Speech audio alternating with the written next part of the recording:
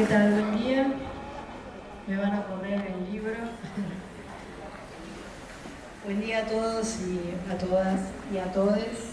Acá adelante hay un poquito de lugar de este lado, digo, pues ahí si quieren sentar. Bueno, gracias por la invitación. Estoy bastante conmovida por las cosas que vi, las cosas que escuché. Y espero poder hacer ahora algún aporte. Me hace un poco de ruido lo de los comunes, porque entonces eso nosotros ¿qué somos? ¿Qué seríamos nosotros? Nosotros somos los comunes también. Ok, gracias. Me da un poco de miedo si no, no se le damos. Perdón, yo lo quiero aclarar porque los comunes que además llevan las voces nuestras a otros espacios. Ahí va, ahí también.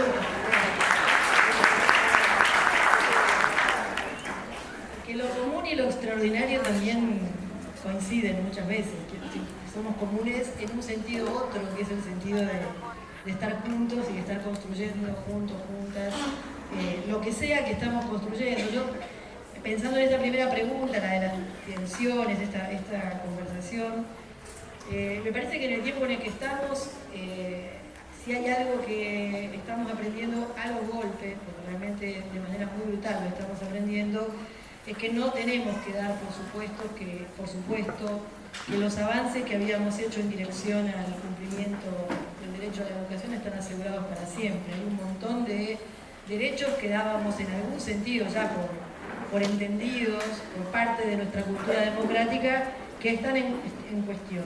Este contexto que estamos atravesando nos muestra que las políticas pueden amenazar el cumplimiento de derechos, pero además los derechos, en la medida en que se cumplen, también crecen, se transforman, se expanden. Ahí se reclamaba hace unos minutos la obligatoriedad de la sala de tres y pienso lo que ganó la democracia argentina en relación con la expansión del derecho a la educación de los niños y las niñas de los primeros años. La verdad que hay que reconocer que la escuela es un territorio en disputa. Es cierto que ahora nos dicen que las cosas pasan por otro lado, que no pasan por la escuela, que el futuro no pasa por la escuela, pero yo creo que es porque es parte de una disputa. Vaciar de sentido la escuela, para que en esa disputa nosotros entremos en duda y en dudas, digamos algo así.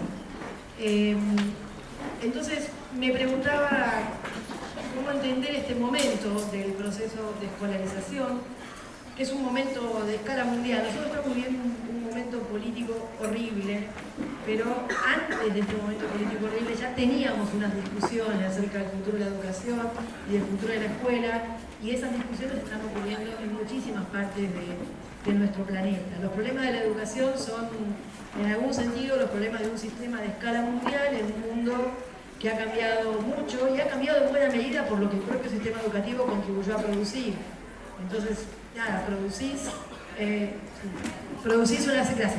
una serie de ampliaciones de derechos, de acceso al conocimiento, de acceso a la cultura, y eso mismo produce crítica al sistema que produjo todo eso, ¿no? Creo que estamos en ese momento. Tenemos la impresión, algunas, tenemos la impresión de que la forma escolar, tal y como la conocemos, no va a poder seguir siendo para siempre la contenedora principal de la educación, aunque nunca fue la única. Sabemos que llegó a construir un importante sistema institucional, pero no sabemos bien en estas condiciones sociohistóricas qué otras formas se demandan o se generan o se imponen, y en qué lugar queda la educación escolar con respecto a esas otras formas. Y también es cierto que no sabemos bien cómo garantizar educación masiva sin un vasto sistema institucional como es el educativo. Entonces es raro porque por un lado parece que no va a ser por acá, pero por otro lado lo que tenés disponible desde el punto de vista del sistema institucional es muy capilar, entra en todos los territorios, entra en todos los barrios, alcanza a todos los niños, niñas y adolescentes. Y entonces, ¿qué hacemos con este gran sistema? Algunos piensan que va a ir por el lado de las tecnologías, que el futuro es un futuro sin escuelas y fuertemente tecnologizado. Yo no creo que vaya a ser así, pero de todos modos es una discusión que habrá que dar. porque estamos viviendo un fenómeno que es el de la organización de cada vez más procesos sociales en plataformas. Piensen todo lo que hacen hoy en plataformas y lo que hacían hace 10 años, y está cambiando el modo de organizar la actividad humana. Es posible que esto impacte directamente en la escolarización, pero no del modo que lo habíamos imaginado. Cuando yo me recibí como maestra y los años que trabajé como maestra, la pregunta era cómo vamos a incorporar la tecnología a la enseñanza, ¿no? Como si la enseñanza fuera una actividad y viene un algo nuevo que es la tecnología, que hay que ver cómo lo hacemos entrar. Esa no es la situación en la que estamos ahora.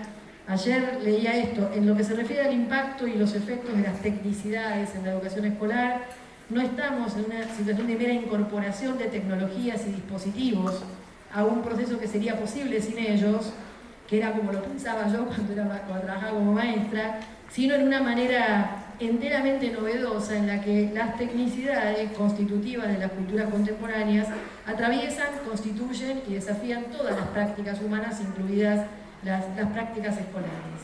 Entonces ahí hay algo que no sabemos bien y tenemos que discutirlo y discutirlo en un contexto donde se produce un bombardeo acerca de la automatización de la enseñanza, la existencia de programas informáticos que van a reemplazar el trabajo docente, la idea de que no hace falta estudiar, ni ir a la universidad, ni ir a los institutos, porque total el saber va a estar disponible rápidamente a un solo clic de distancia.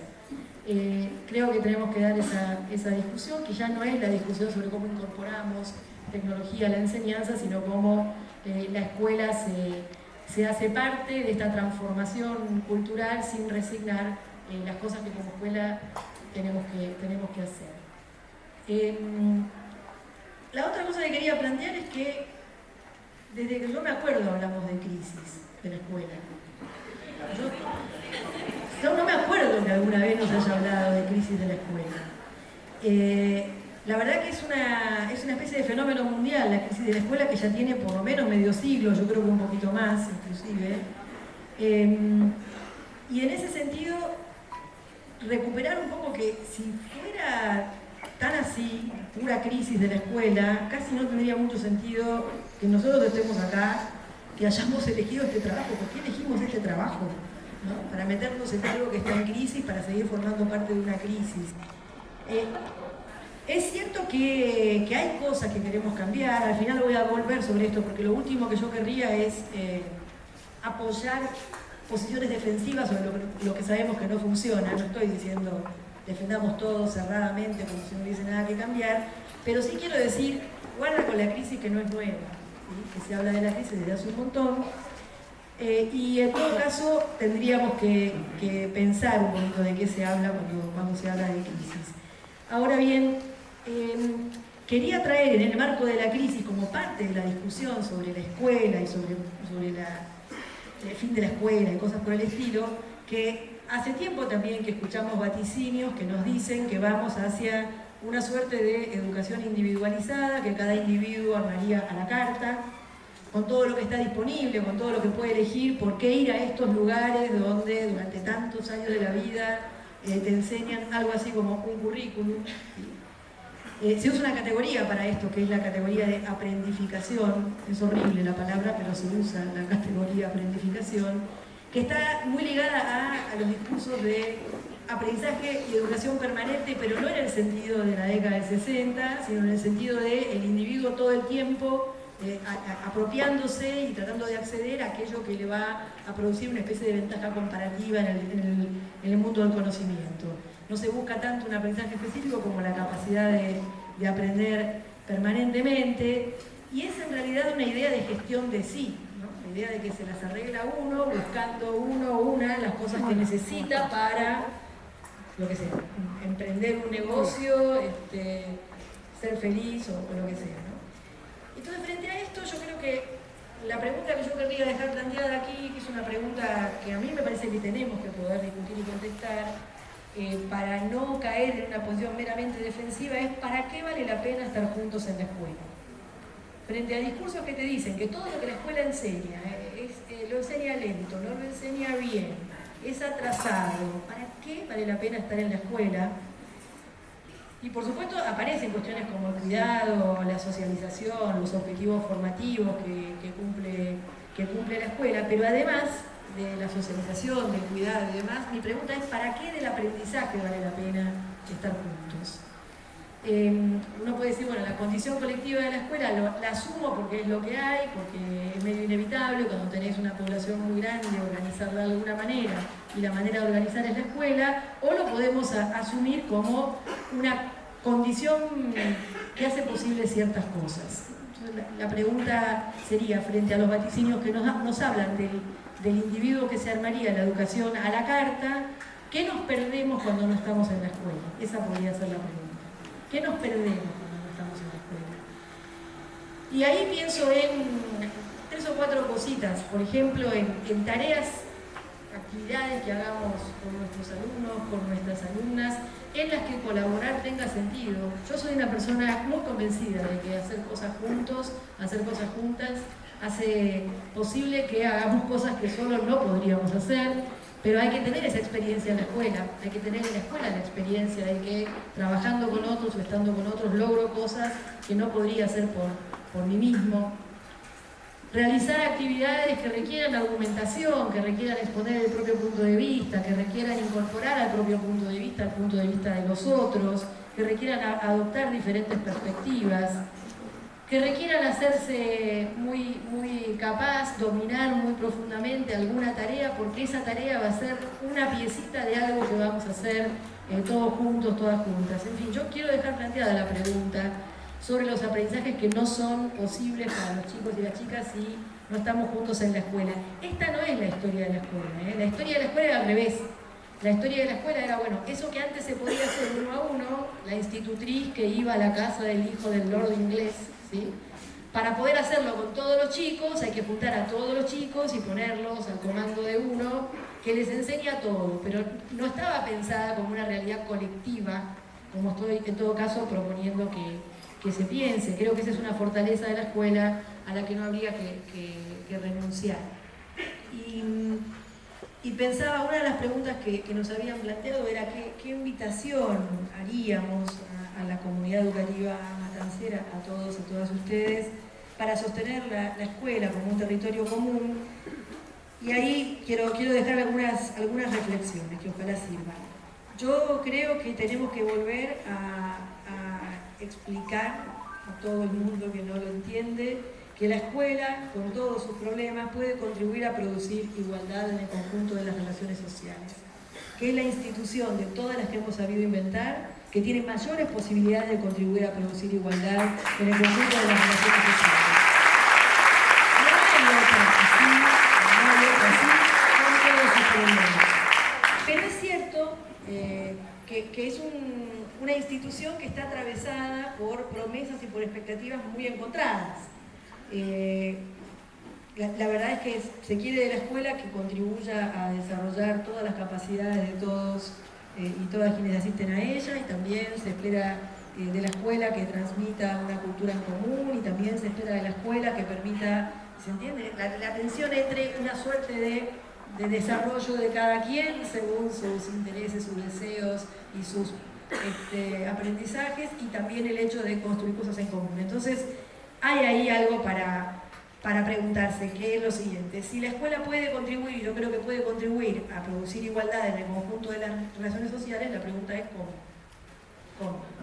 ¿Y cuáles son los obstáculos que tenemos hoy para que la escuela pueda contribuir a producir lo que estamos diciendo? Y la famosa pregunta de qué se puede hacer hoy para que mañana se pueda hacer lo que no se puede hacer hoy. Y yo diría, por ahora, 4 cosas que se pueden hacer. Una es medio obvia, pero la quiero sostener: impulsar en la escuela valores como la solidaridad, la cooperación, la igualdad, el compromiso con el otro, el cuidado por el bien común, el reconocimiento del valor de la diversidad, que es mucho más que el respeto por las diferencias.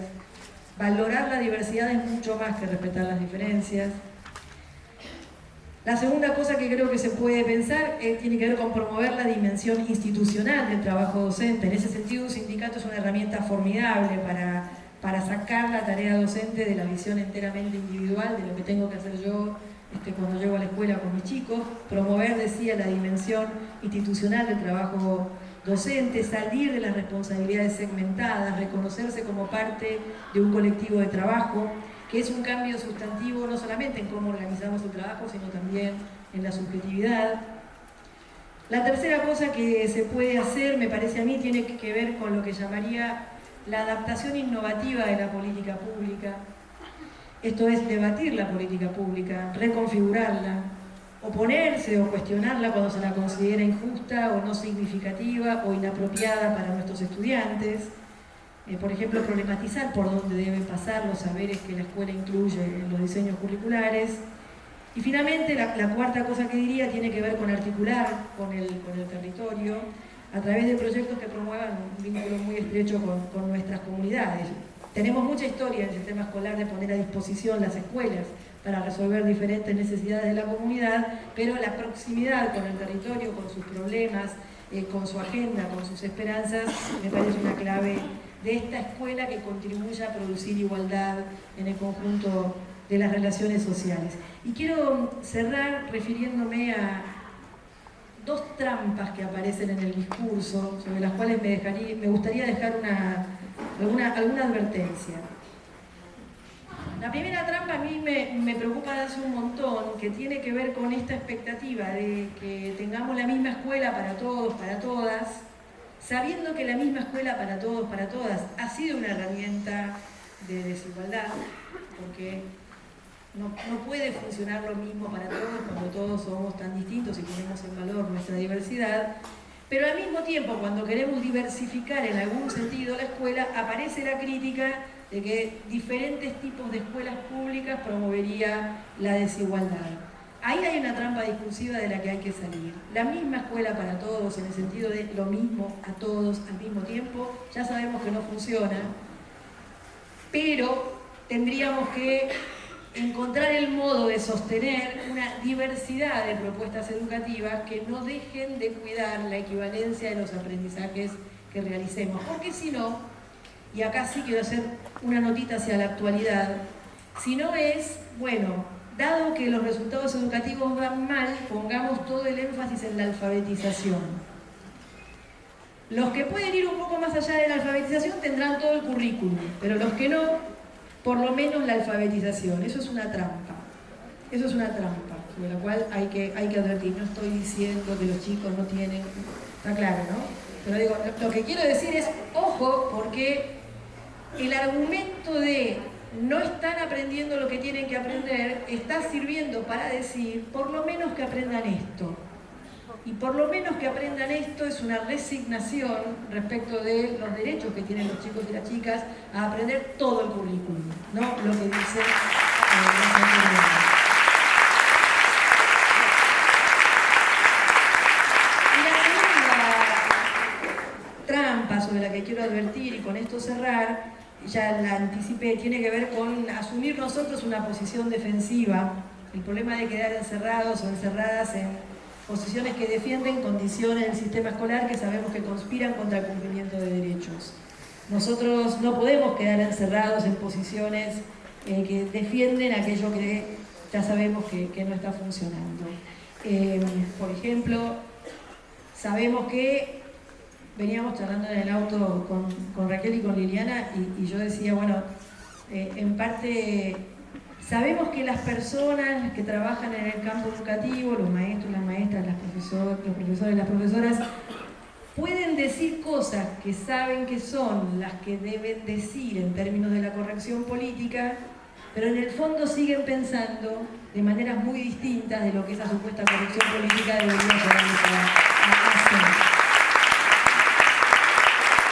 Y el problema no es caerles así represivamente, no podés estar pensando eso, sino tratar de entender de dónde el otro piensa, qué es lo que ve distinto a cómo lo vemos nosotros, porque si no nosotros asumimos unas posiciones que desde el punto de vista de los otros no permiten entrar en un diálogo que permita reelaborar lo que pensamos acerca de la escuela. Así que yo diría, tener mucho cuidado con quedar encerrados, encerradas en posiciones reactivas frente a las cosas que sabemos que no están funcionando bien.